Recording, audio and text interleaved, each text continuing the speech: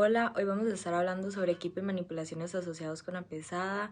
El índice de nuestro trabajo sería que vamos a empezar con una breve introducción, luego vamos a hablar de equipo y manipulación asociado a la pesada, equipos asociados a la pesada, después manipulaciones asociadas a la pesada, buenas prácticas de la pesada, errores comunes de la pesada, frascos para pesar, desecadores, manejo de frascos para pesar, pesada por diferencia, pesada de sólidos hidroscópicos, pesada de líquidos, y calcinación, equipo de calentamiento, filtración y lavado, lavado de precipitados y las conclusiones y las referencias bibliográficas. Bueno, a manera de introducción, en este capítulo se va a estar hablando un poco de las buenas técnicas o de las cosas que tenemos que hacer en el laboratorio, más que todo dirigido a la pesada, a la transferencia de muestras y a la preparación de soluciones. Principalmente en la pesada es importante saber qué tipos de balanzas analíticas hay, también cómo calibrarlas y si están libres de vibraciones. En la parte de los materiales de vidrio, también si hay que desecarlos o secarlos y cómo limpiarlos para que estén libres de contaminación. Estos son importantes para minimizar los errores y tener resultados más precisos en el laboratorio.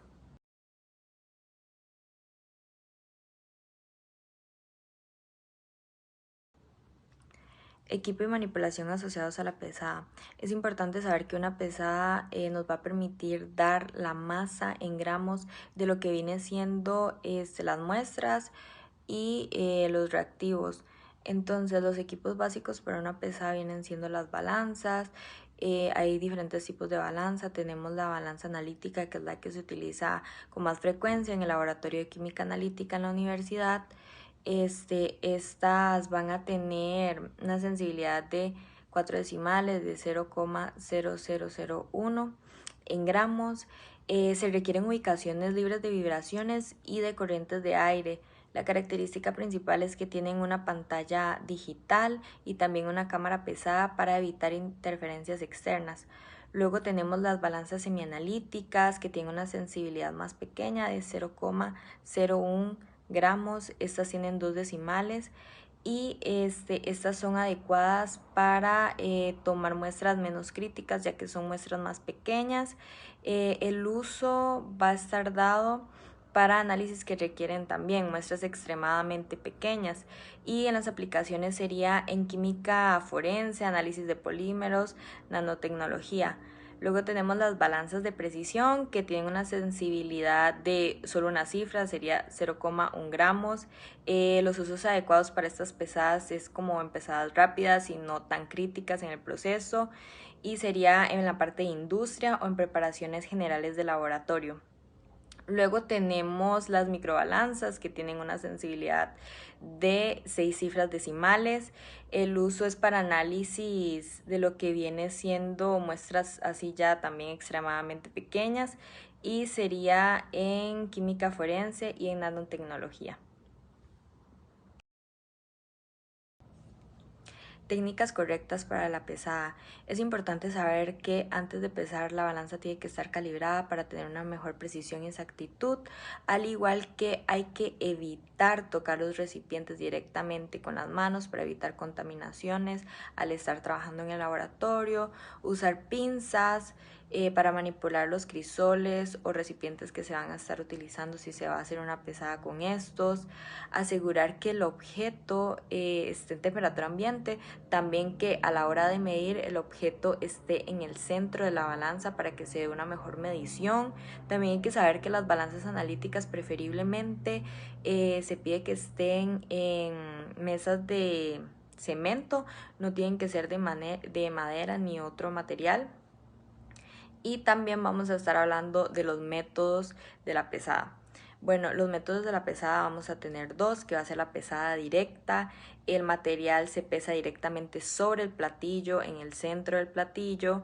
Se debe de tarar el recipiente antes de la pesada. Y también vamos a tener la pesada por diferencia. Esta va a ser que primero se va a pesar el recipiente con el material y luego vacío. La diferencia de masa se proporciona a la masa del material. Las buenas prácticas de pesada son importantes porque eso nos va a permitir que estemos utilizando la balanza correctamente. Entonces, algunos de los puntos importantes, primero que todo, es mantener la limpieza y la calibración, como lo mencioné anteriormente. La limpieza es decir, de que si usamos la balanza y quedó un poco de reactivo o algún tipo de suciedad, limpiar para que la siguiente persona que vaya a usar la balanza, bueno, pues esté limpia y no tenga errores en la medición. También evitar las corrientes de aire en el entorno de la pesada, nunca exceder la capacidad máxima de la balanza y también cerrar la cabina donde vamos a hacer la pesada para evitar fluctuaciones. Los errores más comunes que se dan cuando se hace una pesada es el error de calibración, que hay que resolver con calibración periódica en estos casos. Luego la condensación de humedad, que se refiere a dejar enfriar los recipientes antes de pesar. Y también las pesadas inestables, que esto viene siendo que hay que evitar las vibraciones y las corrientes de aire para no tener una pesada inestable. Bueno, ahora les voy a hablar de los frascos para secar y los desecadores. Los frascos para secar se utilizan para secar y almacenar sólidos. Existen dos tipos, como podemos observar en la figura 1.1 tenemos los de vidrio, que estos lo que hacen es que evita que se adhiera a la superficie esmerilada restos de la muestra, por lo cual ayuda a que no se pierda tanto material. Después tenemos en la figura 1.2 los que son de plástico. Estos, a pesar de ser más robustos, se dañan con mayor facilidad y es más difícil realizar. Bueno, ahora les voy a hablar de los desecadores. Los desecadores tienen la función de que evita que se absorba la humedad en muestras secas. Los desecadores contienen desecantes en su base como el cloruro de calcio, el sulfato de calcio, el perclorato de magnesio y el pentóxido de sodio. En la superficie entre la base y la tapa, esta se debe cubrir de grasa para poder asegurar un correcto sellado. Y también al manipular este tipo de desecantes, se aconseja deslizar la tapa porque así evita la contaminación de la muestra. Al utilizar muestras calientes, esta se debe dejar que se enfríe levemente porque si no puede romper el sello. Y a los materiales higroscópicos se deben colocar en un frasco en el Ok, para el manejo del frasco para pesar, en la siguiente figura se admira la manera correcta para secar una muestra que contiene un vaso de precipitado. Este debe estar rotulado y tapado con una tapa de vidrio que lo proteja de la contaminación y que permita el acceso del aire. El vaso con el precipitado contiene un frasco para pesar. Debe estar rotulado y debe estar rotulado para poder identificarlo. Se debe evitar tocar los objetos con los dedos, ya que este contiene grandes cantidades detectables de humedad o grasa que se encuentra en la piel. Se puede transferir a los objetos que vamos a pesar, ¿verdad? Preferiblemente se debe utilizar pinzas o guantes, o también se puede utilizar dedales, ¿verdad? Para manipular estos objetos secos y poder. Para la siguiente diapositiva tenemos el pesado por diferencia. Este pesado por diferencia es un método simple para determinar las masas de una serie de muestras, ¿verdad? Primero el frasco y el contenido se pasan a una muestra que es transferida del frasco hacia el contenedor. Hay que estarlo golpeando suavemente, ¿verdad? Y con una leve rotación en el frasco. Esto proporciona un mejor control sobre la cantidad de la muestra que se va a transferir, ¿verdad? Después de la transferencia, se pesa con el frasco, ¿verdad? Con el contenido residual. Y la masa de la muestra es la diferencia entre las dos masas pesadas. Es esencial que todas las transferencias de sólidos hacia el contenedor ocurran sin una pérdida de muestra. Bueno, como podemos observar, este sería el tema que me toca exponer, que sería el de pesado de sólidos higroscópicos. ¿Qué es un sólido higroscópico? Usualmente presenta una característica que serían que absorben humedad del ambiente, como lo serían los cloruros, como cloruro de calcio, cloruro de sodio, cloruro de zinc. Todas estas sustancias requieren un manejo especial. Por ejemplo, se debe empezar en frascos individuales, después se procede a calentar, después enfriar y todo eso en un desecador. Y después de ese proceso hay que pesarlas rápidamente para minimizar el error de que esas sustancias absorban humedad. La masa de esta muestra se determina por diferencia tras la transferencia. El tema sería el pesado de líquidos. Usualmente la masa de un líquido es determinada por diferencia. Hay dos tipos de líquidos, los no volátiles y los no corrosivos, y los volátiles y corrosivos. Y estos dos se manejan de una forma diferente. Los no volátiles y no corrosivos usualmente se pesan en contenedores cerrados, como sustancias volumétricas, con un tapón o algo así. Mientras que los volátiles y corrosivos deben sellarse en una ampolla de vidrio, como podemos ver en la imagen de la presentación. Tras llenarla por enfriamiento, esta se suele sellar, se pesa y esta luego se transfiere. Está pudiendo requerir una corrección de volúmenes. Esta corrección de volúmenes es necesario si el receptor es un matraz volumétrico. Filtración o calcificación. Bueno, el crisol es una tacita pequeñita de porcelana, que está hecha de porcelana. Hay de varios tipos. El crisol simple o sencillo va a tener como uso un de contenedor. Este crisol se va a utilizar cuando tenemos una sustancia que queremos pesarla, pero no la podemos pesar. Entonces la ponemos en el crisol. Se agarra la sustancia porque se quiere, con papel filtro.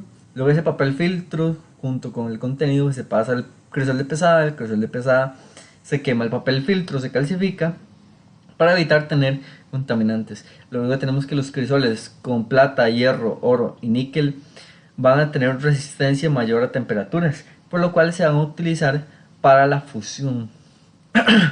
Que esto se va a usar, este proceso de fusión se va a usar cuando hay sustancias que no son solubles en sustancias acuosas. Luego tenemos el crisol de filtración, que este crisol de filtración se puede utilizar con vacío, lo que aumenta en gran cantidad la velocidad de su filtración. Además, este crisol está sellado herméticamente entre el crisol y el matraz de filtración, y esto está creado con adaptadores de goma. Además, se van a fabricar diferentes tipos, con diferentes porosidades, muy delgado, fino, o delgado, medio y grueso, según se adapte a lo que ocupemos hacer. Entre más delgado es menos resistente. Por ejemplo, un crisol de cuarzo es muy resistente y este aguanta temperaturas muy altas, a pesar de que es muchísimo más caro que un crisol de porcelana normal. Papel filtro. ¿Cómo se hace el papel filtro? Bueno, el papel filtro se hace a partir de una manufacturación de fibras de celulosa que han sido tratadas con ácido fluorhídrico y clorhídrico, con los dos ácidos, para poder eliminar así las impurezas metálicas que vaya a tener. ¿Por qué lo usamos? Bueno, generalmente lo usamos porque el papel tiene una tendencia a absorber la humedad del ambiente, y también porque podemos separar sólidos de líquidos en una disolución o en algún proceso que estemos usando. De los equipos que se usan en el calentamiento, como el mechero Bunsen, un microondas común y corriente, que hay algunos, el horno eléctrico que se le llama muflas, hay varios. Pero bueno, un horno de secado de baja temperatura lo que hace es que muchos de los precipitados que pueden pesarse directamente después de ser llevados a una masa constante se van a utilizar en ese momento. Además, El horno es un tipo de secado de un tipo de secado bajo. Además, ese tipo de horno se va a calentar eléctricamente. Cuando ronda los 110 grados Celsius es la temperatura óptima en la que se va a tener el desecado. Y la eficiencia de un horno de desecador va a aumentar mucho con la circulación forzada de aire. Y bueno, ahora yo les voy a explicar sobre la filtración y lavado de precipitados, que el manejo de precipitados es crucial para obtener resultados confiables cuando se aísla un precipitado. Este debe ser filtrado, lavado y calcinado para eliminar impurezas y separar y asegurar que su peso sea constante. Además, la manipulación segura de materiales calientes es fundamental para evitar errores experimentales o accidentes. Y ahora voy a explicar en detalle que cuando un precipitado se forma en una solución, es necesario separarlo del líquido para su posterior análisis. Eso se realiza mediante diferentes métodos de filtración. Y los métodos pueden ser por decantación, que es que se transfiere el sobrenadante con cuidado para evitar perturbar al precipitado en el fondo. Este método se usa cuando el precipitado es lo suficientemente denso para sentarse rápidamente.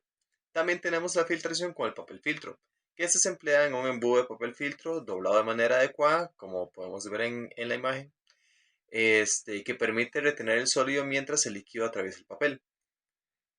También está la filtración por vacío, que se utiliza un crisol de filtración junto con una matraz de quitasato y una bomba de vacío, como también podemos ver en esta imagen.